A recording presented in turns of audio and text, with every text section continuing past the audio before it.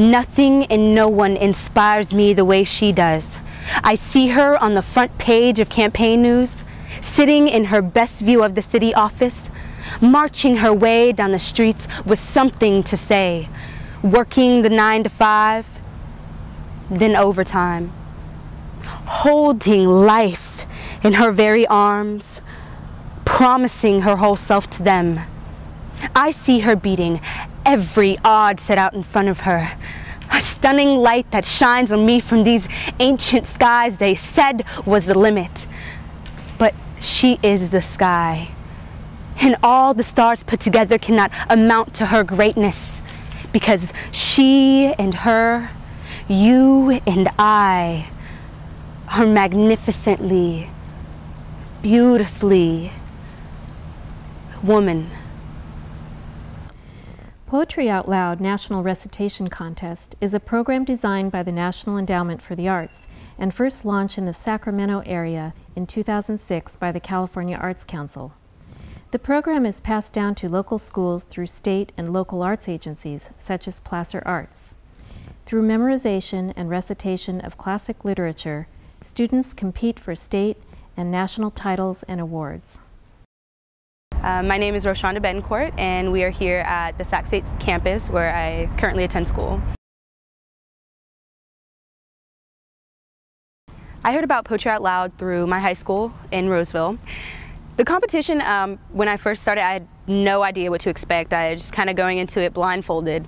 I knew I had 3 poems to recite. I knew one had to be classical, one had to be shorter than 25 lines, and one had to be a contemporary piece.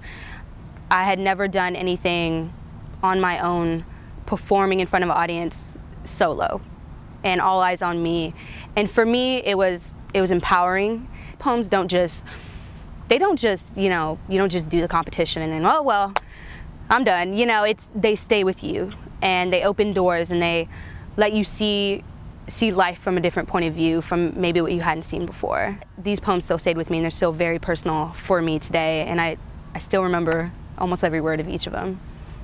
My name is Chris Olander. I live in Nevada City. I am a California Poets in the Schools, which brought me into the Poetry Out Loud organization of the National Endowment for the Arts. It was probably one of the greatest programs that ever came out. And the reason why it's so great is because it allows students to get in touch with the classical tradition of literature, which is basically the stuff of which life is made. Well, working with Roshonda was really a great joy. Probably one of the culminating highlights of my career as a poet in the schools. I was really lucky for one thing, because Roshonda is so gifted as a performer, as a theatrical performer, and also as a human being who overcame great obstacles in her own personal life in order to compete in this program.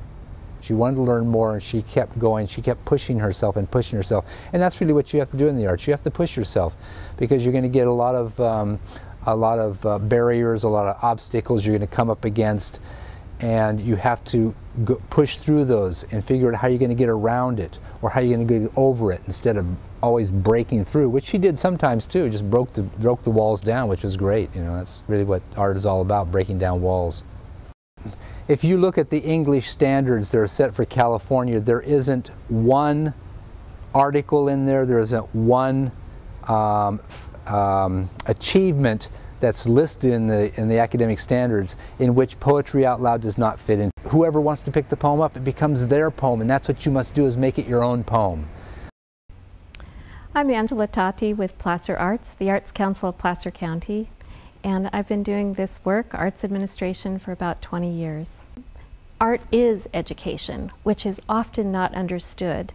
The arts are a comprehensive, rigorous field of study, and the disciplines are discrete: visual arts, dance, theater, music, and literary arts.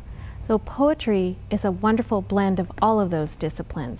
Roshonda Betancourt exemplifies a student's experience and was a great example of how poetry can change a student's life. She had a difficult upbringing, and was you know, experiencing high school but hadn't quite found herself, and through poetry she found her voice.